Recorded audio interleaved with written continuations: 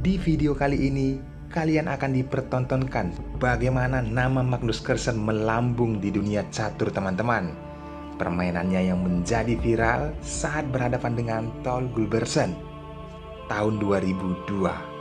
Di sini Magnus Carlsen umurnya masih 12 tahun dan lawannya 42 tahun.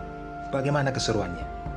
Langkah pengorbanan yang sangat tak terbaca teman-teman.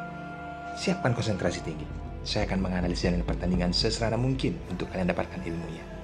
Tapi sebelumnya, bagi teman-teman yang baru bergabung di Jari Pelawi Chess, welcome. Jangan lupa tombol subscribe dan nyalakan juga loncengnya. Selamat menyaksikan.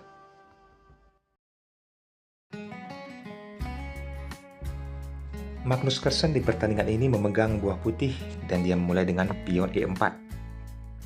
Gulbrandsen, pion ke E6.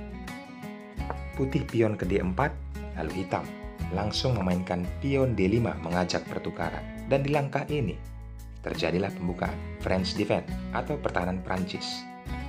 Magnus Carlsen langsung merespon, memainkan perwiranya yaitu kuda ke D2, menjaga pion E4. Tetapi setelah kuda ke F6, menyerang pion 2 kali, pion tersebut naik ke E5, kembali menyerang kuda. Kuda dipukul mundur ke D7. Selanjutnya, putih penempatan kuda ke F3 dan hitam pion ke C5, lagi-lagi mengajak pertukaran pion center. Pion di backup oleh pion C3, membuat posisi formasi pion yang sangat strategis teman-teman. Kelanjutan hitam penempatan kuda ke C6 dan putih penempatan gajah ke D3, persiapan rokade sayap raja jika memungkinkan. Hitam menteri ke B5, mengancam pion 3 kali dan itu diabaikan oleh Magnus Carlsen. Dia melakukan rokade sayap raja. Hitam menyambut pion dengan pion dan disambut oleh pion. Hitam pukul pion dengan kuda dan disambut dengan kuda. Kuda dipukul oleh menteri. Putih langsung menarik kudanya ke F3 karena gajahnya diancam oleh menteri. Maka dari itu perlindungan diberikan oleh menteri putih. Permainan pun berlanjut. Dengan posisi ini hitam unggul 1 buah pion. Kenapa Magnus Carlsen memberikan itu teman-teman? Ada langkah taktikal. Setelah menteri mundur ke B6, powerful. Langkah ini sangat powerful. Menteri ke A4. Ini langkah jika diabaikan, ada jebakan juga terselip di langkah menteri ke A4 ini. Kita analisis teman-teman. Sebelum kita melangkahkan langkah aslinya yang dilakukan oleh Gulbersen.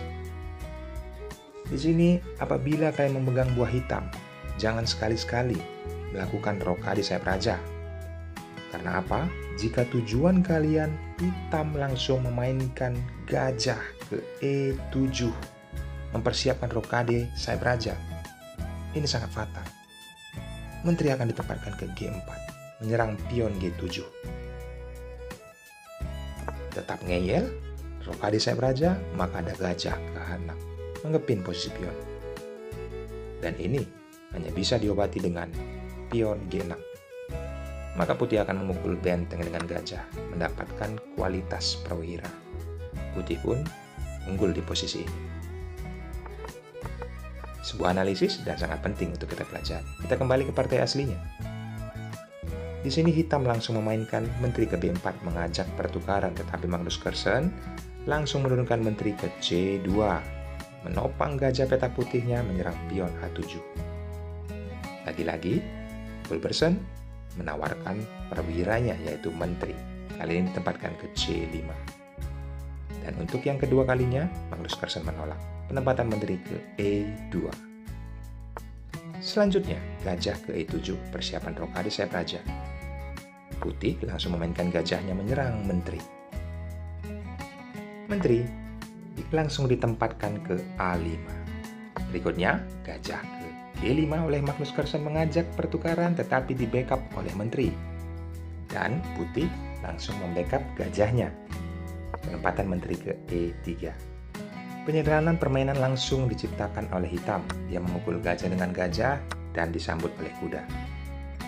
Next, hitam penempatan menteri ke E7 lalu putih benteng ke C1. Hitam pion ke H6 menyerang kuda. Temukan langkah brilian yang dipikirkan oleh Magnus Carlsen teman-teman. Pause videonya. Apa yang diambil langkah untuk buah putih dengan posisi seperti ini? Lihat, kuda terancam di G5. Bagaimana teman-teman? Apakah kalian menemukan langkah yang dilakukan oleh Magnus Carlsen? Di usia 12 tahun teman-teman, dia memukul pion dengan menteri. Karena apa? Yaps, ini adalah pengorbanan yang sangat beracun. Kita menganalisis terlebih dahulu, apabila benteng menyambutnya, maka benteng akan memukul gajah tempo skak. Yaps, tidak banyak pilihan dan harus ditutup oleh menteri. Maka setelah menteri dipukul oleh benteng, disambut oleh raja, ada kuda memukul pion, mencakar benteng tempo skak. Jika dilanjutkan raja ke E7, benteng pun dipukul. Kuda memukul pion mengancam gajah. Ada kuda tempo skak terlebih dahulu. Kuda pukul kuda, dan gajah pukul kuda. Dan pada akhirnya, faktanya putih unggul 1 perwira. Kita kembali ke partai aslinya. Dengan posisi menteri memukul pion yang ada di H7. Di sini, Tol Gulbersen tidak memukul menteri, melainkan menempatkan benteng ke B8. Tetapi Magnus Carlsen langsung memukulnya teman-teman. Dan disambut oleh kuda. Lalu benteng memukul gajah. Keadaannya berbeda. Tidak ditutup oleh menteri, ada ruang bagi raja ke D7, lalu benteng pukul benteng, dan hitam menyelamatkan kudanya. Berikutnya, di sini putih memainkan kuda ke F3.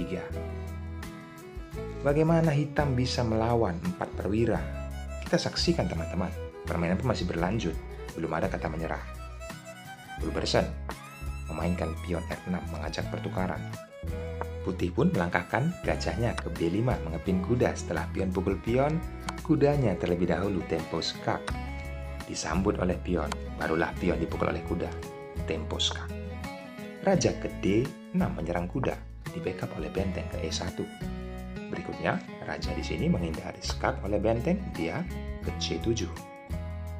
Maka dari itu, Magnus Carlsen langsung di sini teman-teman, pion ke G3 memberikan ruang bagi rajanya.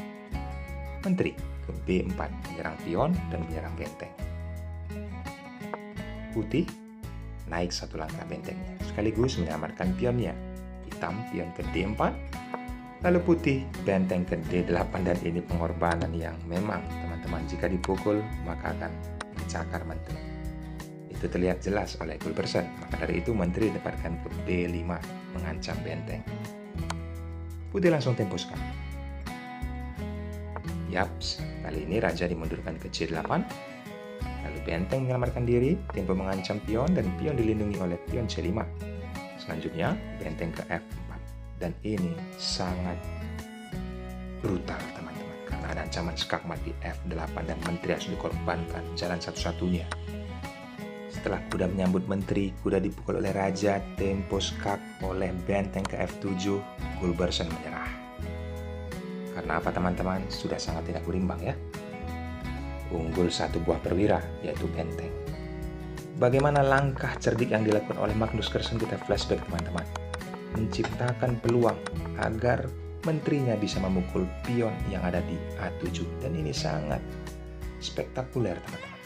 Dan informasinya di pertandingan ini namanya menjadi melambung di pengamat catur dunia. Ucapkan terima kasih kepada video ini. Cukup subscribe dan nyalakan loncengnya.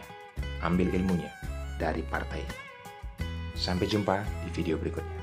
Bye-bye.